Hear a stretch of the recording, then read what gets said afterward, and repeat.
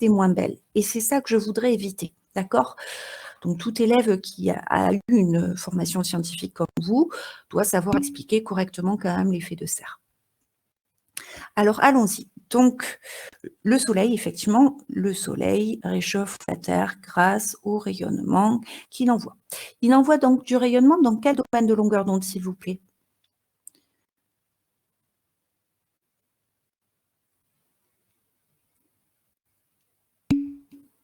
Alors, on est dans l'ultraviolet. Tout, non, pour Victor? Alors, ok. Allez, esprit critique, s'il vous plaît. Esprit critique par rapport aux réponses que vous me donnez. Alors, je remercie tous ceux qui participent, c'est génial, parce que si vous ne participiez pas, mon cours il serait moins sympa. Donc vraiment, je vous invite à participer, et je répète encore, il n'y a pas de réponse ridicule, toutes les réponses permettent d'avancer. Alors, Agathe, je crois que j'ai vu Agathe, Mathilde, Riyad, Franck, qui pense qu'à l'infrarouge ou à l'ultraviolet. Faites attention, parce que ça n'émet pas que dans un domaine de longueur d'onde, sinon je ne pourrais pas voir à la surface de la Terre. Je vois les arbres, je vois à travers la fenêtre, là, je vois plein de choses. Je vois parce que le soleil éclaire dans le domaine du visible, d'accord? Donc, j'ai dans le rayonnement émis par le soleil, du visible, des infrarouges, des ultraviolets. Vous n'avez pas tort, puisque ce sont les ultraviolets bien connus pour créer les cancers de la peau. Donc, il faut faire attention. Donc, attention, rappelez-vous, le spectre d'émission d'une étoile, ça a une forme un petit peu comme ça, c'est la loi de Wien. D'accord? Donc, on a un maximum autour infrarouge, UV visible, on va dire. Infrarouge, UV, visible, voilà, on est dans ce domaine-là. Et on est centré sur le visible. Ok, très bien. Donc, ce rayonnement arrive sur la Terre, réchauffe la Terre. Et racontez-moi ce qui se passe arrivé sur Terre. Une partie, très juste Maxime, une partie va être absorbée par le sol. D'accord? Une partie de l'énergie qui arrive va permettre de chauffer la Terre. Si je mets la main sur la terrasse, je vais la sentir toute chaude. Et puis, une partie va être réfléchie. Ça, c'est normal. D'accord? Est-ce que vous êtes capable maintenant de me dire, est-ce que vous êtes capable, non, Maxime a raison, Victor, c'est une température moyenne. Est-ce que vous êtes capable de me dire dans quel domaine, par contre, la Terre renvoie de l'énergie? Très bien pour Simon, très bien pour Chloé, très bien, ok, parfait. Vous renvoyez dans l'infrarouge. C'est-à-dire que si vous éteignez le soleil et que vous êtes par exemple dans la Station spatiale internationale et que vous regardez la Terre une fois que le soleil est de l'autre côté de la planète, vous ne voyez pas la Terre briller parce que vos yeux ne sont pas capables de capter les infrarouges. Donc, c'est qu'elle ne renvoie pas dans le visible, d'accord? Donc, elle renvoie dans les infrarouges. Et que se passe-t-il s'il n'y avait pas d'atmosphère? Ces infrarouges repartiraient dans l'espace. Or, il y a de l'atmosphère ici, autour de la Terre, et il y a notamment, attention, il y a notamment ce qu'on appelle des gaz, des GES, des gaz à effet de serre. Faites super gaffe, s'il vous plaît. J'ai vu dans 2 réponses parmi les vôtres que vous me parliez de couche d'ozone. La couche d'ozone n'a aucun rapport avec l'effet de serre. D'accord? Ne mélangez pas tout. La couche d'ozone, si vous voulez, je peux vous en parler après, mais dans l'effet de serre, la couche d'ozone n'intervient pas. Donc, ce qui est responsable de l'effet de serre, ce sont les gaz à effet de serre, et parmi ceux-là, lesquels vous devez connaître absolument. Gaz à effet de serre, celui que vous connaissez bien sûr avant tout, c'est le CO2. Il y en a un autre qui est très connu, non, pour l'azote, le méthane, très juste, CH4, et puis l'eau est aussi un gaz à effet de serre. D'accord? Donc, voilà les 3 principaux gaz à effet de serre. Donc, forcément, quand l'industrie libère du CO2 parce que c'est un produit de la combustion, toutes les voitures la fonctionnent, donc, lorsqu'elles ne sont pas électriques, pardon, avec une combustion. Cette combustion libère du dioxyde de carbone, donc on participe tous à l'effet de serre. Ce dioxyde de carbone, il y en a de plus en plus du coup, et cet effet de serre qui est le fait de renvoyer vers la Terre une partie des infrarouges qui arrivent, eh bien, fait que j'augmente la température sur Terre. Donc, de l'effet de serre C'est un effet naturel qui permet à la Terre d'avoir une température correcte à sa surface, qui permet donc le développement de la vie, etc. Par contre, du fait des activités humaines, je produis plus de gaz à effet de serre et donc ce qui se passe, c'est que je renvoie maintenant plus de rayonnement infrarouge vers la surface du sol, vers la surface de la Terre, ce qui accroît la température sur Terre. D'accord ? Donc la couche d'ozone, c'est autre chose. La couche d'ozone protège les êtres humains, par exemple, des rayons ultraviolets du soleil. D'accord ? Donc la couche d'ozone, vous l'abîmez, comment on dit ? Vous la dégradez en libérant d'autres gaz qui s'appellent des chlorofluorocarbones. D'accord ? Donc ça, on connaît bien ces gaz-là qui vont détruire la couche d'ozone. Et du coup, quand vous détruisez la couche d'ozone, vous permettez au rayonnement ultraviolet du soleil d'atteindre la surface du sol, d'en avoir plus, et donc vous augmentez le nombre de cancers de la peau. Voilà, ça c'est autre chose. Donc voilà, je voulais revenir sur l'effet de serre, puisque du coup, sur ce chapitre-là, il en est question. J'espère que c'est clair. Juste une dernière question quand même, qui m'intéresse un petit peu. Alors, je vous fais ici le domaine des longueurs d'onde. Longueur d'onde. Hop, vous savez qui me rappelle le domaine du visible ?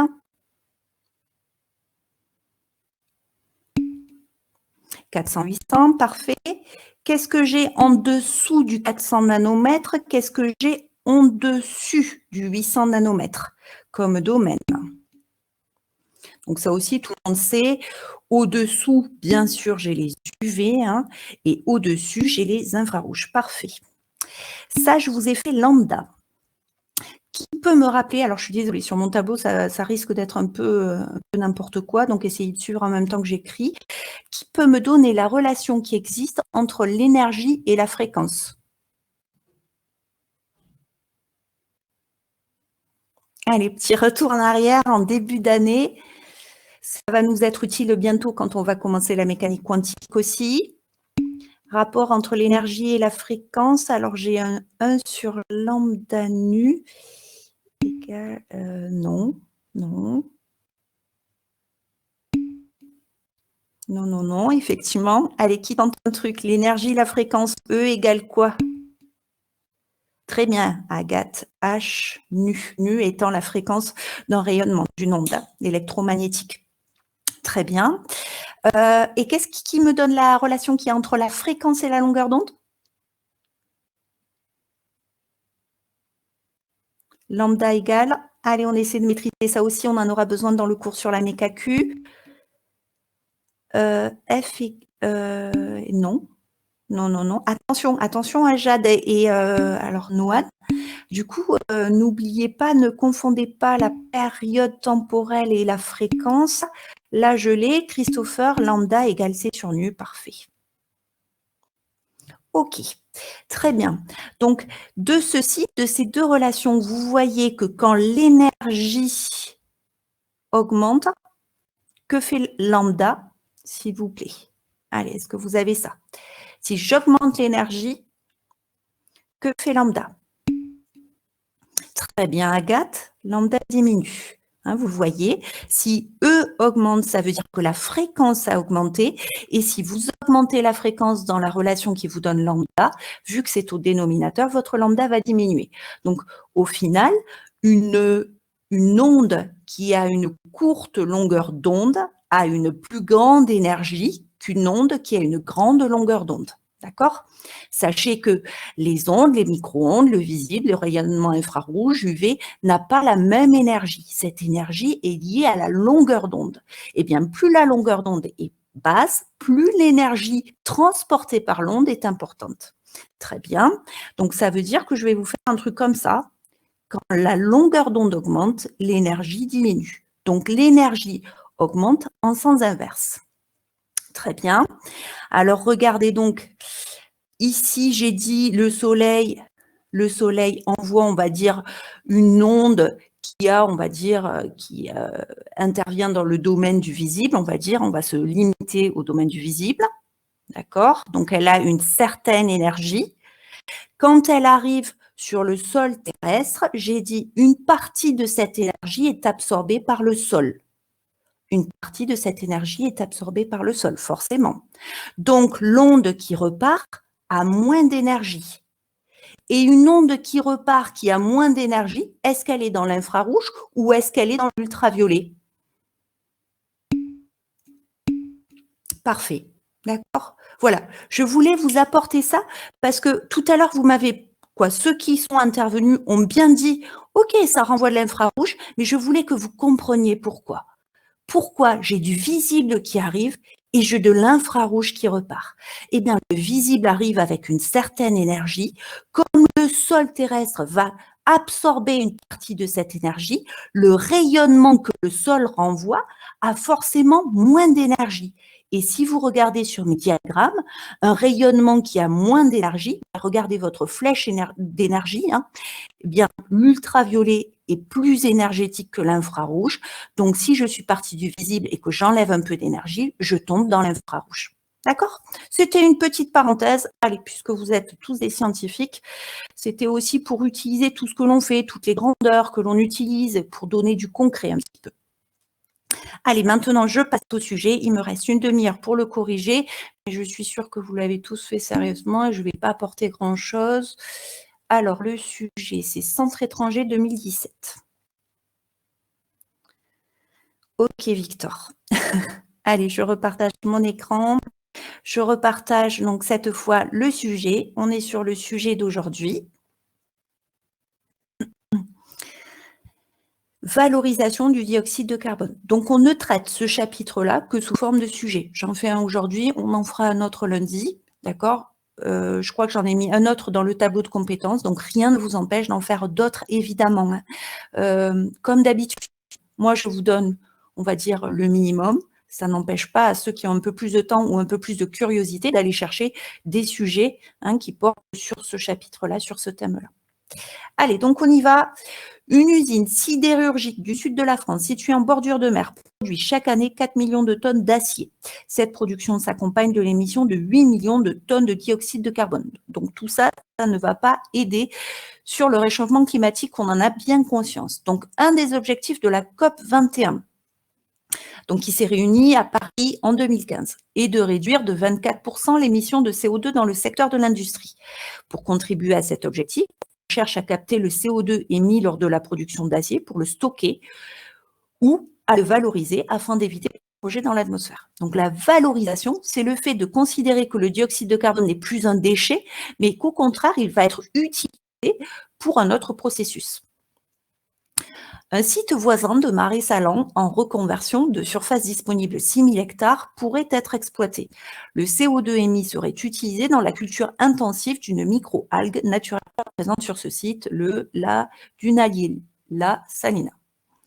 Les microalgues sont des micro-organismes photosynthétiques qui assurent leur croissance en transformant l'énergie solaire en énergie chimique quand elles sont en présence d'eau, de dioxyde de carbone, d'éléments inorganiques, ça vous le savez. Donc c'est la photosynthèse. Les quantités de nutriments nécessaires à la croissance d'un kilogramme de microalgues sont indiquées dans le tableau suivant et on vous dit donc ce qu'il faut pour produire 1 kilo d'algues. Donc je vois qu'il va falloir de l'eau qui vient de la mer Méditerranée, super, nickel, donc c'est à côté, pas de souci. Du phosphore, donc c'est apporté sous forme d'engrais, phosphate, PO4-3-, de l'azote, pareil, apporté sous forme de nitrate, un engrais, et le dioxyde de carbone qui serait donc produit par l'industrie juste à côté. On vous rappelle, c'est sympa pour ceux qui ne s'en rappellent pas, qu'un hectare, c'est 10 000 mètres carrés, et on vous donne des masses molaires. Allez, on y va sur les questions. La croissance des microalgues. Donc d'abord, pour l'instant, on s'intéresse qu'aux microalgues. Donc, on vous dit qu'elle est optimale pour une concentration massique en chlorure de sodium égale à 106 grammes par litre. Qui me rappelle ce qu'est le chlorure de sodium? Qu'est-ce qu'il vient faire là, celui-là?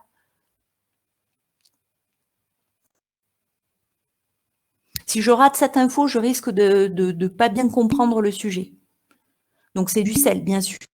On aurait pu se dire, OK, de l'eau de mer salée pour faire de la croissance de végétaux, ça va être compliqué. Ben là, on est en train de vous dire que pour faire croître des micro-algues, on a besoin de sel. d'accord? Et on a besoin d'une eau qui soit salée avec une concentration massique de 106 grammes par litre. C'est plutôt pas mal, hein, 106 grammes par litre. Sachez que la solubilité maximale du chlorure de sodium dans l'eau, c'est, de mémoire, hein, à vérifier, 360 ou 380 grammes par litre. On arrive à rendre 380 grammes de sel dans 1 litre d'eau. Voilà ce que ça veut dire. Donc 106, c'est énorme. C'est un tiers de la solubilité maximale. Alors, on cherche à déterminer la teneur en chlorure de sodium de l'eau de mer qui alimente les bassins du Marais Salon et la masse de chlorure de sodium à ajouter éventuellement. Donc là, on est en train de vous dire que peut-être que l'eau de mer n'est pas suffisamment salée et qu'il faudrait en rajouter. Alors, je ne sais pas si votre culture vous donne déjà la concentration massique du sel dans l'eau de mer. D'accord? Peut-être que certains le savent déjà. Ça n'empêche, ici, vous allez donc le découvrir en faisant donc ce qui est donné par la suite. Alors, protocole de détermination de la teneur en chlorure de sodium de l'eau de mer. Allez, il ne faut rater aucune des étapes pour bien comprendre. On va d'abord diluer 10 fois un échantillon d'eau de mer prélevé à l'entrée du Marais Salon.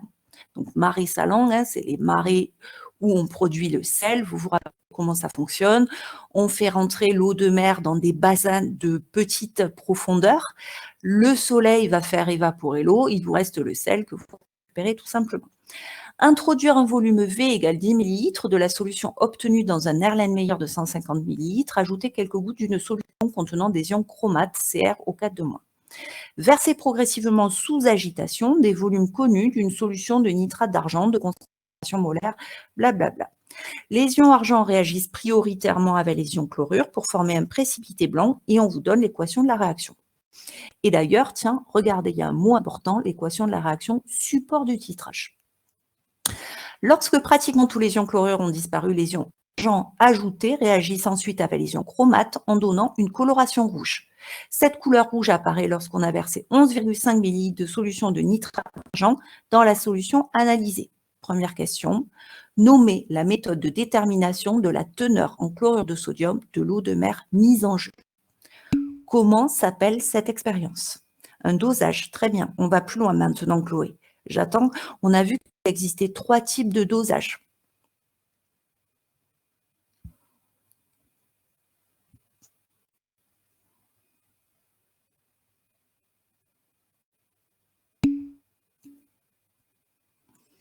Alors,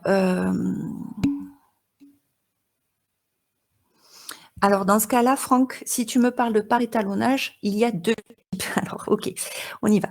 Je reprends. Alors, je sais, oui, si je dois avoir des élèves forcément de spé qui m'écoutent, de spé physique, il y a, si je prends le cours du post-bac ou le cours de spé, vous avez 3 types de dosages. Les dosages par étalonnage, les dosages par titrage direct et les dosages par titrage indirect. Le dernier que je viens de dire, les élèves qui n'ont pas fait l'aspect n'en ont jamais entendu parler.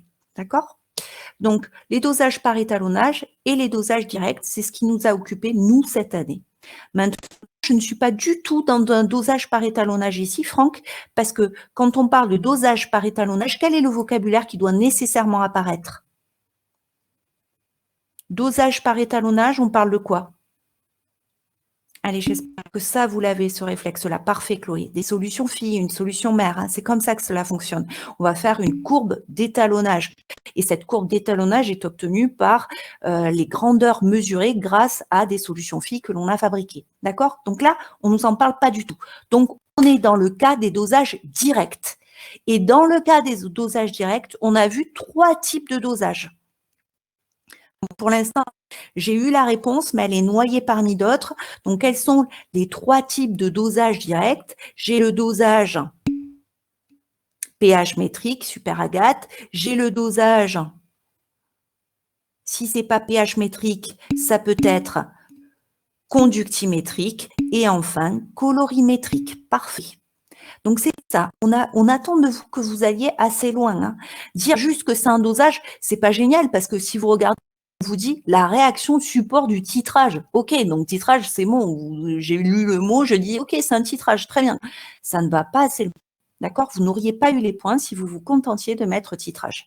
Donc, c'est un titrage comment? Donc, c'est un titrage colorimétrique ici. Colorimétrique, pourquoi? Parce que vous faites intervenir un indicateur coloré qui sont ici les ions chromates CrO4-. D'accord? Allez, donc je prends les points de la question. Dosage colorimétrique, puisque j'ai la présence d'un indicateur coloré et c'est grâce à la couleur, à un changement de couleur que je repère l'équivalence. Voilà pour la question. Schématiser, légender le dispositif utilisé. Allez, donc je vous l'ai fait, ça, je ne vais pas le faire en direct. Voilà le schéma du dispositif. Vous remarquerez une chose qui est différente par rapport à un dosage pH métrique ou conductimétrique. Est-ce que vous arrivez à trouver ce qui est différent dans ce schéma-là en termes de matériel utilisé? Il n'y a pas de sonde et donc du coup, effectivement, Riyad, comment est le récipient?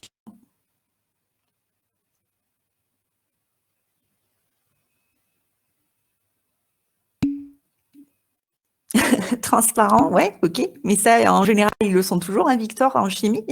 C'est un Erlenmeyer au lieu d'un Becher. Quel est l'intérêt de prendre un Erlenmeyer ici au lieu d'un Becher? Est-ce que c'est une fantaisie ou est-ce qu'il y a une justification pertinente? Et si vous regardez, vous verrez la réponse dans votre cours, hein. Je l'ai mis dans le cours, j'ai pas forcément commenté ce que j'avais mis, mais c'est dans votre cours. Il y a cette histoire d'Erlenmeyer. Alors, pourquoi un Erlenmeyer?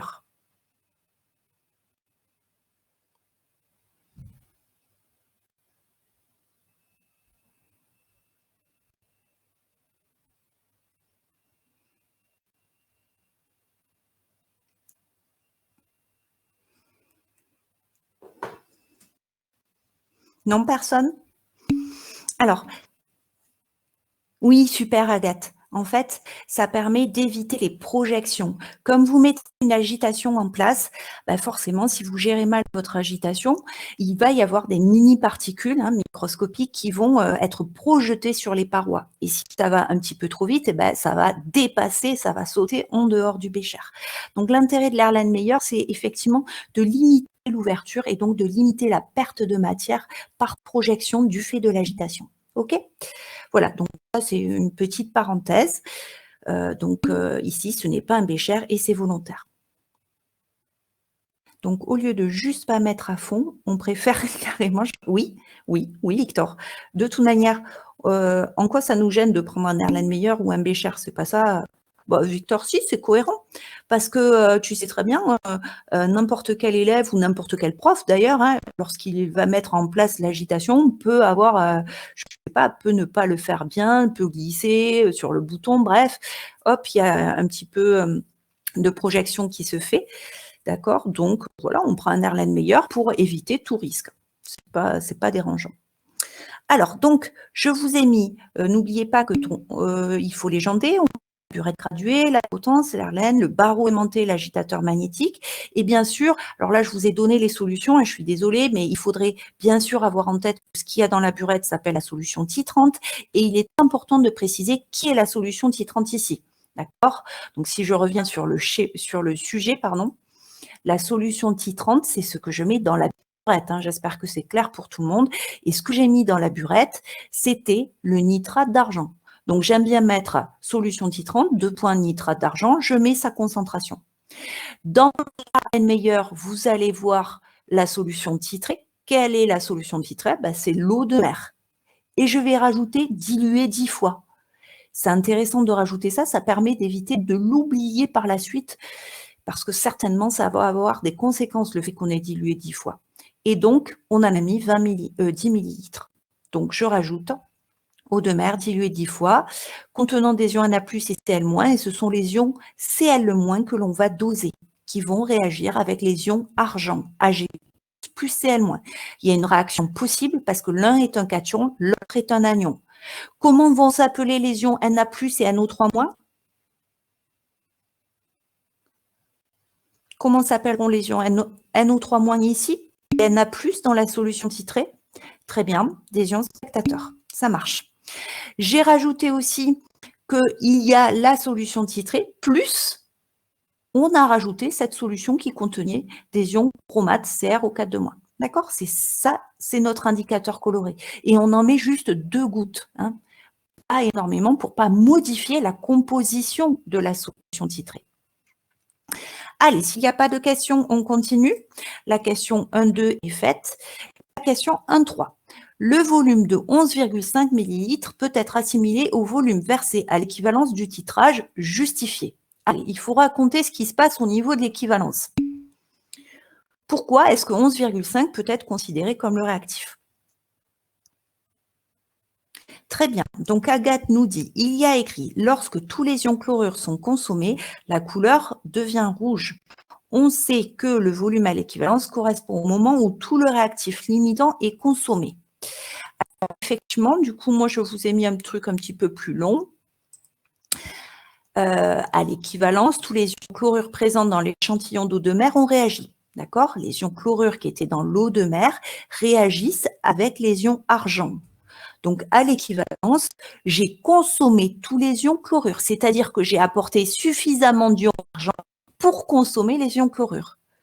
Du coup, à l'équivalence, les ions argent, la mini-goutte qui est en trop, d'accord, qui ne va plus pouvoir réagir avec les ions chlorure parce que c'est définitivement consommé, eh bien, cette molécule, pardon, cet ion de plus que je vais faire tomber va réagir avec les ions chromates CrO4 Ag+, avec un moins, ça marche encore, hein, d'accord? Ces ions Ag+, vont réagir avec les ions chromates et c'est ça qui donne la coloration rouge. Et c'est ainsi qu'on peut dire, du coup, lorsque la coloration rouge apparaît, c'est-à-dire à 11,5 ml, je peux considérer que j'ai atteint l'équivalence et je rajoute, regardez, à la goutte près. D'accord? À la goutte près, ça s'est fait. Parce qu'effectivement, je conçois que j'ai mis quelques ions de trop. Hein, et c'est grâce à ces quelques ions de trop que j'ai pu obtenir la coloration rouge. Ça veut dire nécessairement, quand je fais un dosage colorimétrique, que j'ai passé l'équivalence d'une goutte, à peine une goutte, hein, d'accord? Juste une goutte, les entités qu'il me faut pour faire réagir l'indicateur coloré. D'accord? J'espère que c'est clair. Je continue sur le sujet.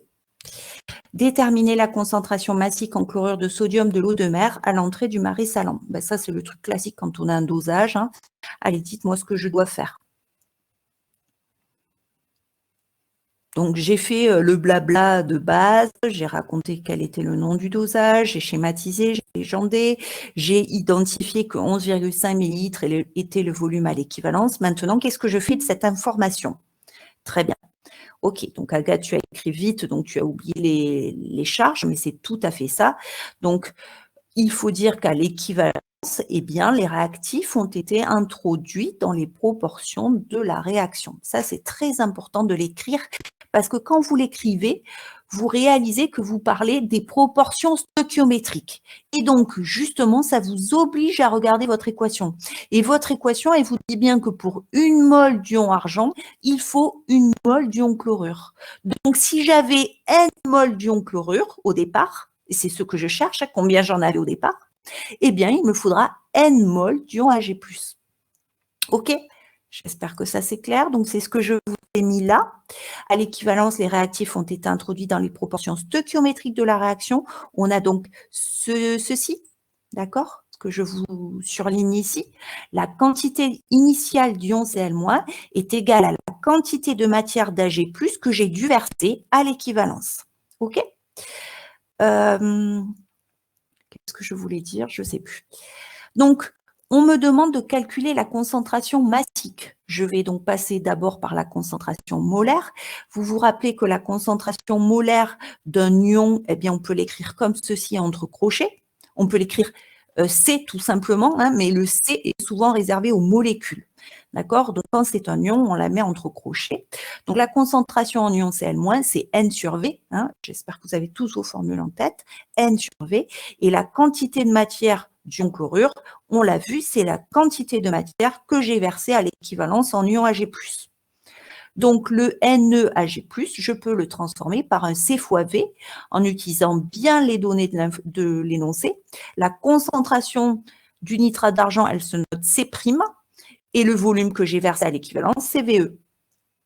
Je n'ai pas fait le calcul pour ne pas faire de calcul intermédiaire. D'accord? La concentration massique, je la calcule en faisant M sur V. D'accord? Là aussi, il faut avoir en tête ces relations. Or, je n'ai pas la masse, moi j'ai la quantité de matière ou la concentration. Donc, je me débarrasse du M en me disant que la masse est N fois grand M. D'accord? Ce que vous avez là. Et ici, je reconnais, regardez, N sur V, je reconnais la concentration. Donc, finalement, c'est la concentration en ion Cl- fois M. D'accord? Je me rappelle qu'en cours, certains m'avaient dit, Madame, est-ce qu'on est obligé de le démontrer ça? Est-ce qu'on ne peut pas l'afficher directement? Vous pouvez l'afficher directement, surtout qu'il y a ce petit moyen mémotechnique pour retenir la relation qu'il y a entre la concentration massique et la concentration molaire. Vu que la concentration massique, on l'appelle Cm, eh bien, il suffit de retenir que Cm égale Cm. D'accord? Cm égale C, la concentration molaire, fois la masse molaire. OK? Donc, ça se retrouve facilement si vous ne le retenez pas dans un sens ou dans l'autre.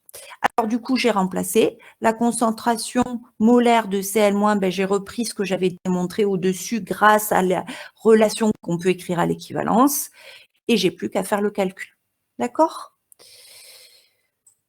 Donc, le calcul, la concentration en ion Ag+, c'est 5,10-2 mol par litre. Le volume à l'équivalence, c'est 11,5 millilitres. Je ne suis pas pour les conversions quand elles ne sont pas utiles. Donc, regardez, j'ai un volume en haut, j'ai un volume en bas. Si je garde la même unité, elle va se simplifier. Donc, j'ai gardé des millilitres en haut, des millilitres en bas. Donc, 11,5. Et rappelez-vous, j'avais pris 10 millilitres d'eau. Donc, c'est des millilitres, ça se simplifie. Et fois la masse molaire donc du chlorure de sodium, puisque c'est ce qui nous intéresse, 58,5. Je prends ma calcul et je trouve 3,36 grammes par litre. D'accord? Il n'y a pas de question là-dessus? Pour tout le monde, c'est clair? Si vous voulez, je vous mettrai en pièces jointes, donc se corriger, comme ça vous l'aurez. Allez, je continue vu qu'il n'y a pas de questions. J'ai pas de questions, mais j'ai pas de remarques du coup. Est-ce que je suis allée au bout de la question d'ailleurs? Est-ce que c'est fini? J'ai répondu à la question 1.4.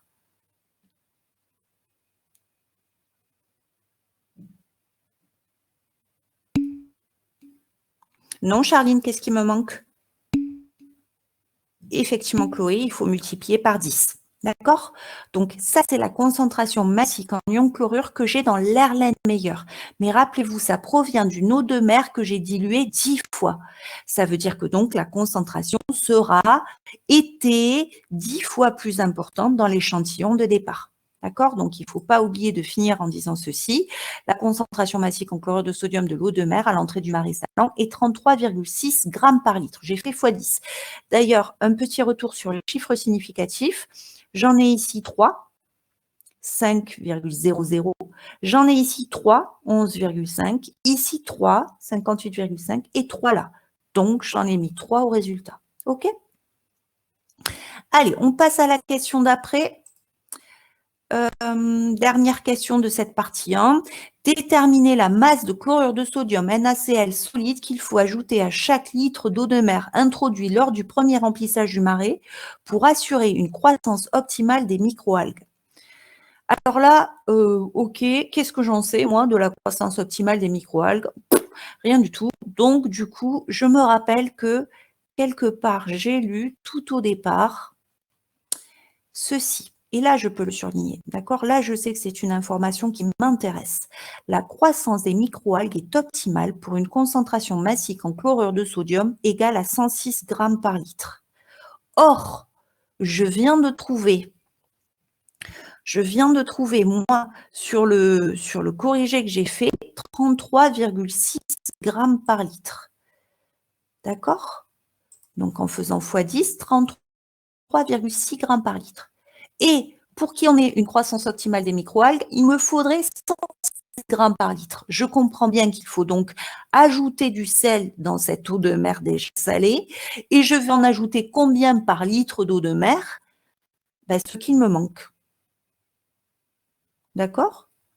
Donc, il m'en faut 106, j'en ai 33,6. Je fais la différence entre les deux et je vois qu'il me manque 72,4 grammes de de sodium par litre d'eau de mer. Donc, il va falloir rajouter ce sel dans les marais pour avoir une croissance optimale. Donc, question toute simple, j'espère que c'est bon. Ok. Allez, je continue. Merci Chloé, merci Riyad. Allez, je continue. On est cette fois à la partie 2 du sujet. Donc, la croissance des microalgues, on est au point. Et maintenant, on va lire ce qui correspond à la réduction d'émissions de dioxyde de carbone. C'est bien l'objectif de ce sujet. Alors, on vous raconte que la croissance des microalgues nécessite en plus un apport d'énergie de 1736 kJ par mol de dioxyde de carbone transformé. Cette énergie apportée par la lumière est liée à l'ensoleillement du site. Donc, en plus, il faut de l'énergie. Donc, pour transformer le dioxyde de carbone et permettre la croissance des microalgues. Et on vous raconte qu'en un jour, la région du Marais Salent reçoit une énergie solaire moyenne par mètre carré de 1,5 puissance 7 joules par mètre carré. Et on vous précise que seulement 5% de cette énergie est disponible pour la croissance des microalgues. Donc, ce sujet-là n'est pas du tout difficile. Hein. Donc, j'espère que tout le monde a réussi à aller au bout. C'est vraiment des calculs assez simples. À part la question du dosage, hein, tout ça, on aurait pu le faire la dernière, en première, sans problème. Donc, déterminer l'énergie totale apportée par la lumière sur les marais salants pouvant servir à la croissance des microalgues en une journée. Allez, qu'est-ce qu'il va falloir prendre comme info? Qu'est-ce qu'il va falloir faire comme calcul? On me demande une énergie. C'est donc que je vais avoir quelque chose en joules. Allez, quelle est l'énergie qu'il faut? Non, pardon, quelle est l'énergie qui est apportée par la lumière sur les marais salants en une journée? Qu'est-ce qu'il faut comme information? Alors, 5% de quoi? 5% de quoi? Effectivement, je suis d'accord. Toute l'énergie solaire qui arrive n'est pas disponible pour les algues. Elle sert à plein d'autres choses. Il n'y a que 5% de cette énergie qui, très bien, Agathe, il y a 6000 hectares. Alors attention, hectare, c'est HA, Agathe. Il y a 6000 hectares. Vous avez besoin d'une surface, puisqu'on vous donne une énergie surfacique. On vous dit que l'énergie solaire moyenne par mètre carré vaut 1,5 puissance 7 joules par mètre carré. Donc, si vous faites de l'analyse dimensionnelle, vous voulez un résultat en joules. Or, vous avez une information en joules par mètre carré. Donc, la seule possibilité pour annuler le mètre moins 2 est de multiplier par un mètre au carré. J'espère que c'est clair pour tout le monde. Franck, non. Franck, qu'est-ce que tu fais là? Qu'est-ce que c'est cette réponse? Ok, tu es toujours dans la question 2.1. Attention, on n'a pas du tout de nombre de moles, Franck, pour l'instant. Hein. Donc, je ne sais pas dans quoi tu t'engages. Faites bien attention.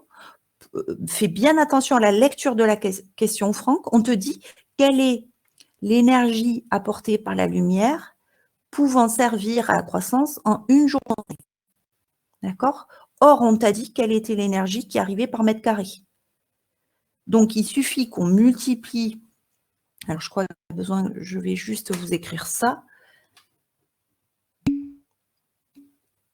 Vous cherchez une énergie. D'accord, ça marche pour Franck. Vous cherchez une énergie. Or, pour l'instant, vous avez une énergie surfacique. C'est-à-dire que vous avez une information joule mètre moins 2. D'accord? Et vous cherchez une énergie en joules. Comment faire pour supprimer le mètre moins 2?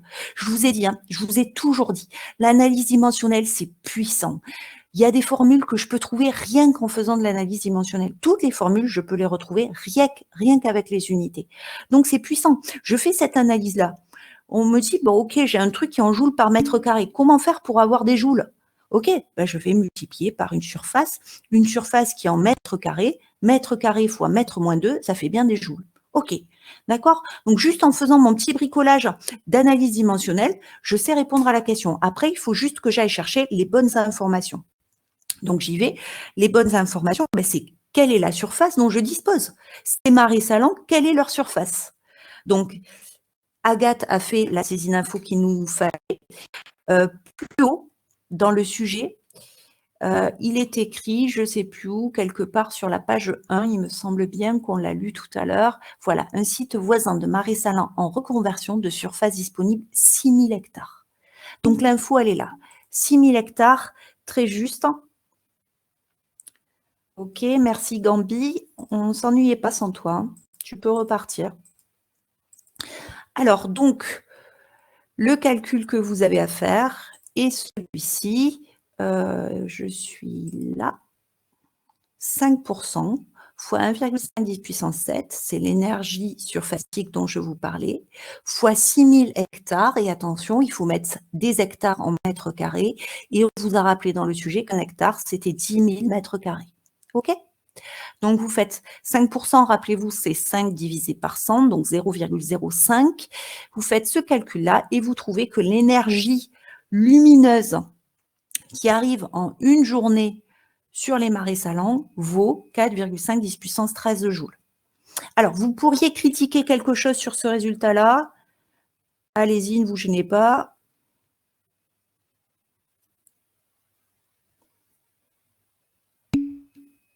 Chiffre significatif, très bien, Franck. Vas-y, qu'est-ce qu'il faudrait faire du coup?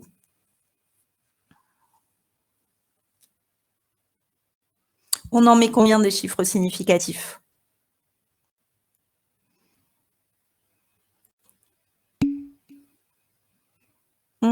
Qu'est-ce que ça veut dire? Zéro? Zéro, comment c'est possible, zéro chiffre significatif, Franck? Simon 2, pourquoi Simon 2?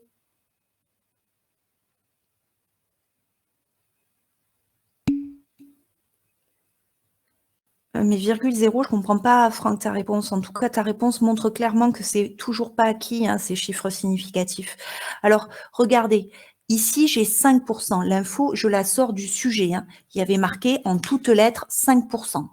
D'accord? C'était pas 5,0, c'était 5%. Donc, 5%, c'est combien de chiffres significatifs? 1. 1, ok. 1,5 10 puissance 7 à combien de chiffres significatifs? 2, parfait. 6000 hectares à combien de chiffres significatifs? Parfait, 4. Donc, au final, mon résultat ne pouvant pas être plus précis que la donnée la moins précise, il faudrait qu'il y ait donc combien de chiffres significatifs à mon résultat? Très bien, Riyad, un seul. D'accord? Alors, moi, ça veut dire clairement que le sujet n'est pas fait pour respecter les chiffres significatifs. Hein, d'accord? Donc, si je veux, c'est bien d'en avoir conscience. Donc, moi, j'ai choisi d'en mettre quand même, d'en conserver 2. J'aurais pu mettre égal. Alors, je ne sais plus combien c'était, si c'était, je crois que c'était 4,5 piles. Il faudrait voir. Si j'en garde qu'un, il faudrait dans ce cas-là mettre 5 10 puissance 13 joules avec un chiffre significatif. D'accord? Alors, question suivante.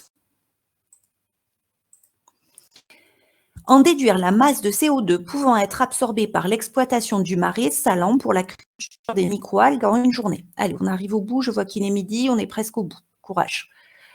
Alors, quelle est la masse de CO2 que je vais donc pouvoir consommer avec mes 6000 hectares pour faire pousser mes microalgues en une journée? Là aussi, il me faut une information. Comment calculer une masse? Il me faut une info. On regarde dans le tableau. Alors, et qu'est-ce que tu vois dans le tableau, Riyad? On regarde dans le tableau. Dans le tableau, effectivement, il y a un tableau. Et on te dit quelle masse de dioxyde de carbone on va pouvoir donc consommer en une journée. Alors, est-ce que le tableau va nous aider pour la réponse à la question?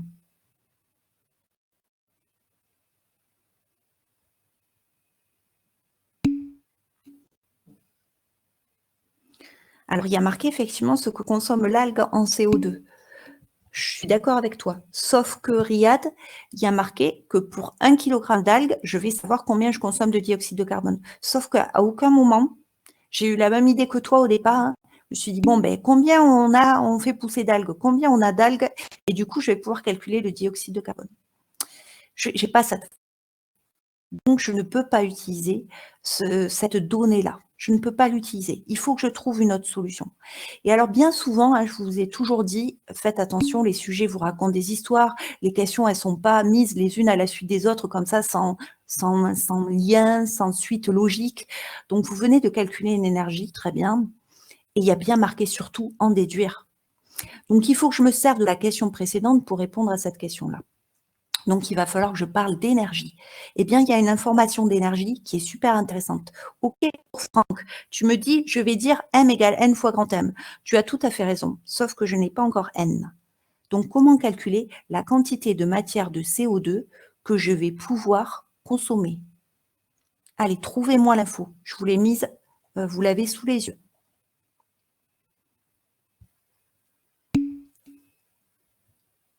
C'est ça, Chloé. Il y a bien marqué dans le premier paragraphe, je sais qu'il faut, pour consommer une mole de dioxyde de carbone, il faut 1736 kJ. OK? Voilà l'info que j'ai. Celle-là va me permettre de répondre. Pour une mole de dioxyde de carbone, j'ai 1736 kJ. Or, moi, j'ai combien de joules? Je l'ai calculé, le 4,5 10 puissance je ne sais plus quoi. D'accord? Donc, petit produit en croix. Moi, j'ai une énergie qui vaut tant, et je sais que pour 1736 kJ, je consomme une mole de dioxyde de carbone. Donc, avec l'énergie que j'ai calculée dans la 2.1, l'énergie que je reçois, l'énergie lumineuse que je reçois par jour, eh bien, combien je vais pouvoir consommer de moles. Et une fois que j'aurai les moles, je calculerai la masse. J'espère que c'est clair pour tout le monde. Donc, c'est la question qui suit. Je vous ai mis la saisie d'infos ici. Nous, on a calculé qu'on avait une énergie de 4,5 10 puissance 13 joules par jour. Donc, pour calculer, hein, c'est un produit en croix, hein, vous pouvez l'écrire différemment si vous voulez. Il faut calculer combien j'ai de 1736 kilojoules là-dedans. Et vous aurez le nombre de moles. Est-ce que c'est clair ou est-ce que je dois vous le faire différemment avec un petit produit en croix? Est-ce que ça va pour tout le monde?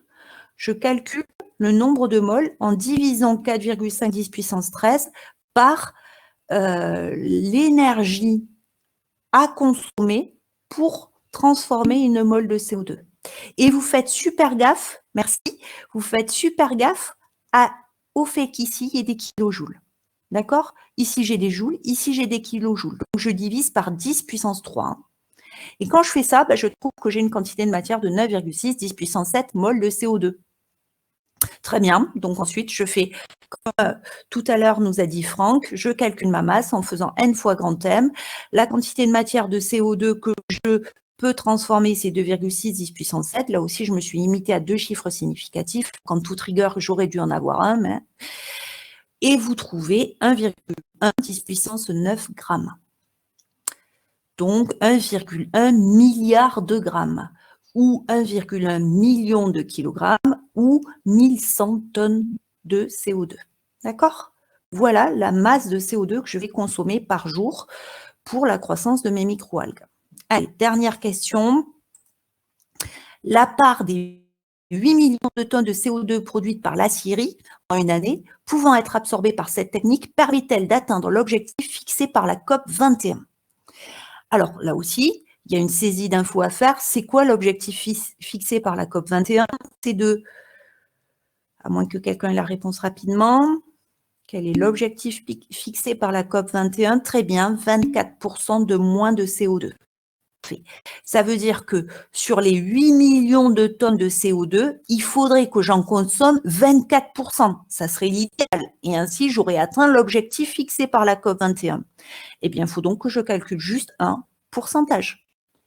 Est-ce que la masse que j'ai transformée ici, calculée dans la 2,2, est-ce que cette masse de CO2 consommée correspond aux 24% des 8 millions? Petit calcul à faire. Vous savez comment on fait un calcul de pourcentage? C'est un rapport. Donc, je divise. Alors, attention, c'était par an. Hein, attention, je n'ai pas lu dans l'énoncé. J'ai raté une info. En une année, hein. Faites gaffe, c'est en une année. Nous, c'était en un jour. Donc, le passage de la 2,2 à la 2,3 va faire que d'abord, on va calculer la masse absorbée pour un an. Donc, 1,1 10 puissance 9 fois 365. Là aussi, on peut chipoter et dire un an, c'est 365,25. OK, pas de souci. Si vous mettez 365,25, c'est encore très bien. Donc, vous faites ça, hop. Donc, ça, c'est ce que j'ai consommé en un an. Ben, vous faites le rapport de ce que vous avez consommé. Vous faites super gaffe, s'il vous plaît. Là, le petit piège, c'est d'être dans les mêmes unités. 8 millions de tonnes. 8 millions, c'est 8 10 puissance 6. Ça veut dire que je suis ici en tonnes. Or là, j'ai calculé en grammes. Comment je fais pour passer de grammes à tonnes? Un gramme, c'est 10 moins 6 tonnes. J'espère que c'est clair pour tout le monde. Une tonne, c'est 1000 kg et c'est 1 million de grammes. Donc, il y a un rapport 10 puissance 6 entre les deux. Ce 10 puissance 6 a disparu là. D'accord? Donc, je fais le rapport de l'un sur l'autre et je trouve 5%. Donc, je suis loin. Je suis loin de l'objectif fixé. Pour l'instant, je ne peux que transformer 5% des 8 millions de tonnes produites. C'est déjà bien, hein, c'est déjà bien, mais ça ne suffira pas. Donc, je disais, proposer une solution possible, forcément, si j'ai des marais salants plus grands, avec une plus grande surface, je pourrais consommer davantage de dioxyde de carbone. OK? Allez, je vois qu'on a perdu un petit peu de monde. Est-ce que c'est compris par tout le monde? J'ai mis une dernière diapo pour ceux qui ont envie d'aller plus loin. J'ai calculé la surface qu'il faudrait avoir. D'accord? Donc, c'est un petit calcul tout simple que j'ai rajouté. Je crois qu'il était donné dans le corrigé aussi. Donc, il faudrait multiplier presque par 5 la surface pour pouvoir atteindre l'objectif fixé par la COP 21. Comment expliquer ces écarts alors qu'ils font des recherches avant de dire des chiffres? J'ai rien compris, Riyad. J'ai pas compris la question. Je ne comprends pas le sens, en fait. Comment expliquer ces écarts? Quels écarts? Le fait qu'on n'ait pas consommé les 24% qui étaient demandés? C'est ça?